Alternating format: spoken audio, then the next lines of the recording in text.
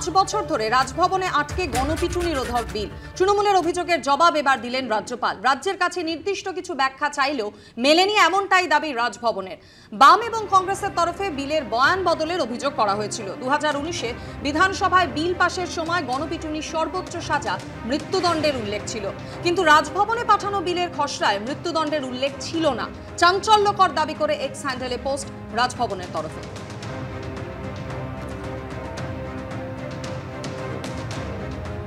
আমি সলিলদাকে দিয়ে শুরু করবো। সলিলদা, একের পর এক রাজভবন থেকে অভিযোগ আমরা দেখেছি, মানে একদিকে শাসক দল অভিযোগ করেছে যে একাধিক বিল নাকি রাজভবনে আটকে রয়েছে। রাজ্যপাল সিভি আনন্দ বোস পরিষ্কার জানিয়েছিলেন কোনো বিল এখানে নেই, যেগুলো সংশোধন প্রয়োজন সেগুলো তিনি ফেরত পাঠিয়ে দিয়েছেন।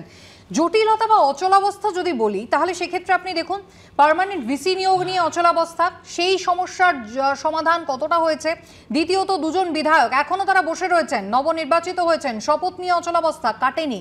আর এবার হচ্ছে এই গণপিটুনি নিয়ে এই যে অনুমতি যেটা পাওয়ার কথা, রাজ্য সরকার নাকি যেটা পেশ করেছে সেটা সঠিক নয়, এমনটা রাজভবন দাবি করছে। দেখো, ঠিকই বলেছে, 2019 সালে যেটা আগস্ট মাসে, খুব সম্ভবত আগস্ট মাসে এই বিলটা পাঠানো হয়েছিল। তখন তো এই রাজ্যপাল ছিলেন না, তখন তো অন্য রাজ্যপাল ছিলেন।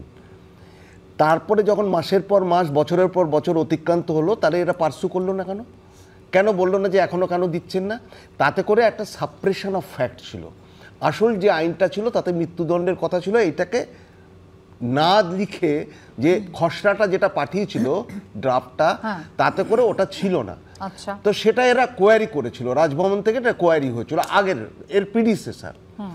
তারপরে তো এটা যদি সদিচ্ছা থাকতো, মানে গুড ইন্টেনশন থাকতো যে আমি এটাকে লাগু করব, আমি এটাকে চালু করব, এটা কিন্তু হয়ে যেত, যে কোনো সময় হয়ে যেতে পারতো। আজকে যখন চারিদিকে হইচই হচ্ছে, তুমি দেখো না একটা ঘটনা বলো তো, পুলিশ স্বতঃপ্রবৃত্ত হয়ে কোনো অ্যাকশন নিয়েছে, তারপরে তুমি জেনেছো, সংবাদ মাধ্যম জেনেছো। উল্টোটা, সংবাদ মাধ্যম জেনেছে, সংবাদ মাধ্যম দেখিয়েছে, মানে অল ইন্ডিয়া লেভেলে যখন এই ন্যাশনাল চ্যানেলগুলো সব দেখাচ্ছে, তারপরে পুলিশ গিয়ে বলছে আমরা স্বতঃপ্রণোদিত। আপনি ভাবুন চোপড়ার মতো একটা ঘটনা যেটা নিয়ে সংসদে পর্যন্ত আলোচনা হচ্ছে, সংসদে আলোচনা সারা দেশ, আর সেখানে শুধুমাত্র একজন এমএলএ তাকে শোকজ করা হয়েছে। এমএলএ না, এমএলএ, এই যে সালিসি মানে কি বলো তুমি কুসুমিতা প্লিজ? সালিসি মানে হচ্ছে একটা সংগঠিত একটা ঘটনা।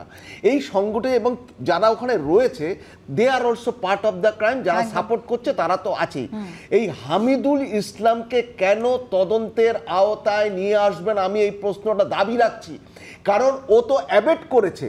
He is also part of this criminal conspiracy. এবং সমর্থন করেছে। তাহলে ও হয় 120B, নাহলে 109 IPC। ও কেন অ্যারেস্ট হবে না এখনই?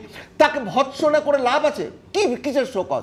তাকে ফোনে নাকি বকাবকি করেছে, বাড়ির সুবোধ বালক যদি অন্যায় করে, সেটা একেবারে দলীয় স্তরে, সেটা তো দলীয় স্তরে, আইনি স্তরে কি অ্যাকশন?